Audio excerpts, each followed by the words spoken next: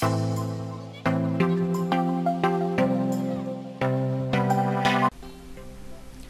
বন্ধুরা, ছোট একটা টিপস নিয়ে হাজির হলাম। তো আমাদের অনেক সময় গুগল ড্রাইভের কোনো বড় ফাইল ডাউনলোড করতে হয়, আর সেক্ষেত্রে সমস্যাটা হলো আমরা যখন ড্রাইভ থেকে ফাইলগুলো ডাউনলোড করি তখন কিন্তু সেটা আইডিএম দিয়ে ডাউনলোড করা যায় না, আর এমনকি এক্সট্রা কোনো ডাউনলোডার দিয়েও ডাউনলোড করা যায় না। আমাদেরকে ব্রাউজারে যে ডিফল্ট ডাউনলোডার থাকে সেটাই ব্যবহার করতে হয়। তো আর এটা সমস্যা হচ্ছে যে ব্রাউজারে যে ডিফল্ট ব্রাউজার দিয়ে ডাউনলোডার দিয়ে আপনি ডাউনলোড করবেন, সেখানে রিজিউম করে ডাউনলোড করার অপশন থাকে না।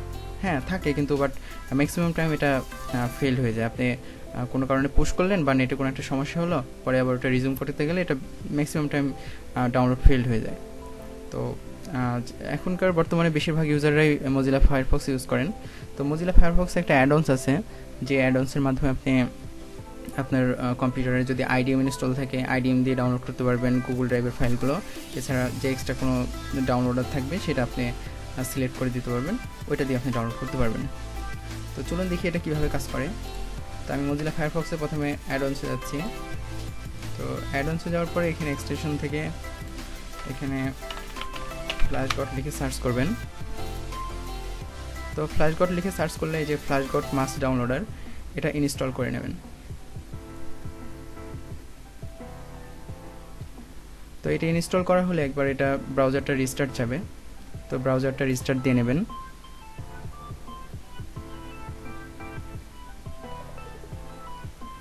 আচ্ছা, এখন সেই মাস ডাউনলোডারটা হয়ে গেছে ফ্ল্যাশগটের। তো এবার আমি আমার একটা সফটওয়্যার যেটা ডাউনলোড আমি করব গুগল ড্রাইভ থেকে,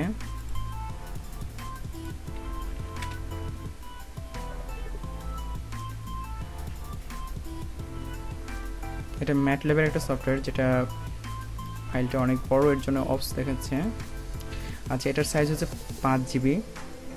তো আপনারা জানেন যে 200 MBর উপরে যে ফাইলগুলো থাকে সেগুলো আসলে গুগল মানে স্ক্যানিং করতে দেয় না। তো আপনাকে এটা ডাউনলোড অ্যানিওয়েতে ক্লিক করে ডাউনলোড করতে হবে। তো এখন দেখুন এখানে কিন্তু এই যে আগে শুধু সেভ অ্যাজ ফাইলটা আসতো, আর এখন পাশাপাশি ফ্ল্যাশগট, আর আপনি যদি এখানে আমার এখানে ইন্টারনেট ডাউনলোড ম্যানেজার আইডিএমটা ইনস্টল করা আছে, তাই এখানে আমারটা শো করতেছে।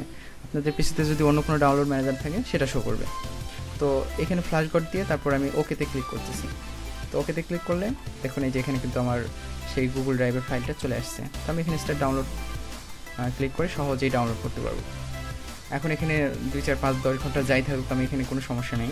এখন যদি নেটে কোনো সমস্যা হয় তো আমি এটা রিজিউম করে ডাউনলোড করতে পারবো, বা আমার যদি এখন দরকার হয় যে না এখন আমি অন্য কাজ করব, আমাকে পুশ করে রাখতে হবে, তো আমি এখানে পুশ করব। তো কোনো সমস্যা নেই।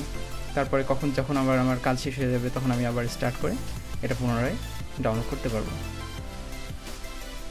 তো এই প্রসেসটা আসলে আমি আগে যখন বড় কোনো ফাইল ডাউনলোড করতাম আমার জন্য সমস্যা হতো। তো এই ট্রিক্সটা পাওয়ার পর আমি আসলে বুঝতে পারছি এখন আর কোনো সমস্যা হয় না।